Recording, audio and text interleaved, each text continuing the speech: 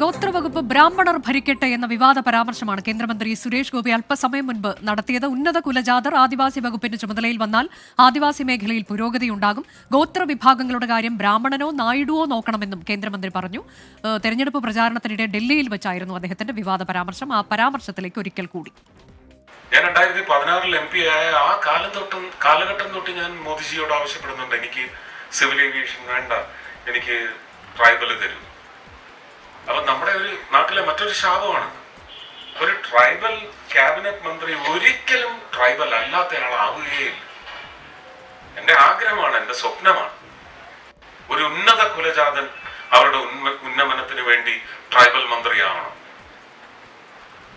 ഒരു ട്രൈബൽ മന്ത്രിയാവാൻ ഒരാളുണ്ടെങ്കിൽ അദ്ദേഹത്തെ മുന്നോക്ക ജാതികളുടെയൊക്കെ ഉന്നമനത്തിന് വേണ്ടിയുള്ള മന്ത്രിയാക്കണം.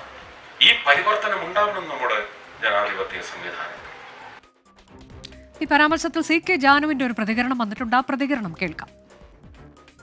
അത്തരമൊരു സംഭാഷണം നടത്തിയതുപോലെ ഒരു തരംതാണ രീതിയിലുള്ള ഒരു സമീപനമായിപ്പോയി എന്നുള്ളതാണ് ശരിക്കും പറയാനുള്ളത്. ഒരു തരത്തിലും അംഗീകരിക്കാൻ പറ്റുന്നതല്ല. ഇപ്പൊ ഇത്രയും കാലമായിട്ട് ഇവര് തന്നെ ചെയ്തിട്ട് ആദിവാസികളുടെ ജീവിതാവസ്ഥ ഈ ഒരു അവസ്ഥയിലെത്തിയില്ലേ? ഇപ്പൊ വംശഹത്യ നേരിട്ടുകൊണ്ടിരിക്കുകയല്ലേ ആദിവാസികളൊക്കെ.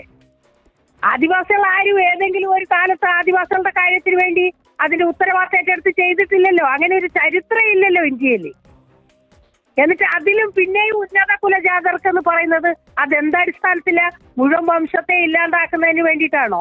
അറിയില്ല ശരിക്കും നമുക്ക്. സുരേഷ് ഗോപിയുടെ വിവാദ പരാമർശത്തിൽ ആദിവാസി ഗോത്ര സഭാ നേതാവ് CK ജാനുവിന്റെ പ്രതികരണമാണ് കേട്ടത്.